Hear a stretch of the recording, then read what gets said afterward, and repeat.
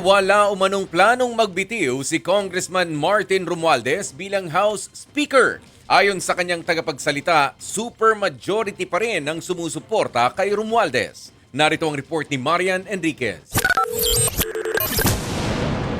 Siniguro ng bagong talagang tagapagsalita ni House Speaker Martin Romualdez na hindi magbibitiw ang Speaker sa pwesto. Walang planong mag-resign, walang planong pagtatanggal at wala ring plano na magkaroon ng palit ng liderato dito sa mababang kapulutan.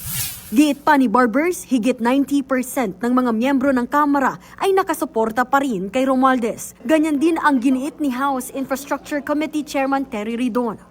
Yeah, I think the supermajority for the Speaker remains. No? So I think that should be the end of that.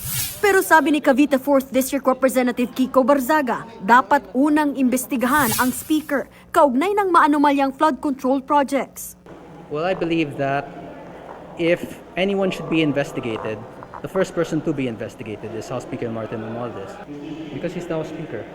Bukas naman daw si Romualdez na makipag-usap kay Barzaga. The Speaker would be available to give him that time and discuss things or ask clarifications directly from the Speaker. Sa gitna ng mga kontrobersya, tila hindi pa rin namamatay ang alingas-ngas ng posibleng rigodon sa Kamara. Ang tanong, matibay ba ang kapit ni Romualdez o may darating pang bagyong maaring yumanig sa kanyang liderato? Nagbabalita mula sa Frontline, Marian Enriquez, News 5.